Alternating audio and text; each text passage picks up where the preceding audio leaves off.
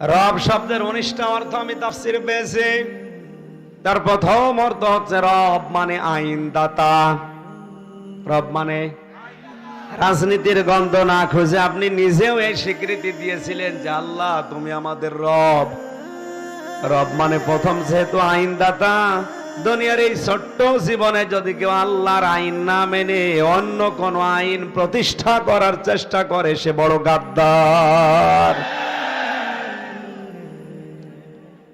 দেশের বিরুদ্ধে অবস্থান নিলে তাকে আমরা দেশদ্রোহী বলি। রব স্বীকার করে রুহের জগতে, বাস্তব জীবনে এসে যারা আলমে দুনিয়ায় দুনিয়ার জগতে আল্লাহর আইন মানে না, আরো বিরোধিতা করে, এরা আল্লাহ দ্রোহী।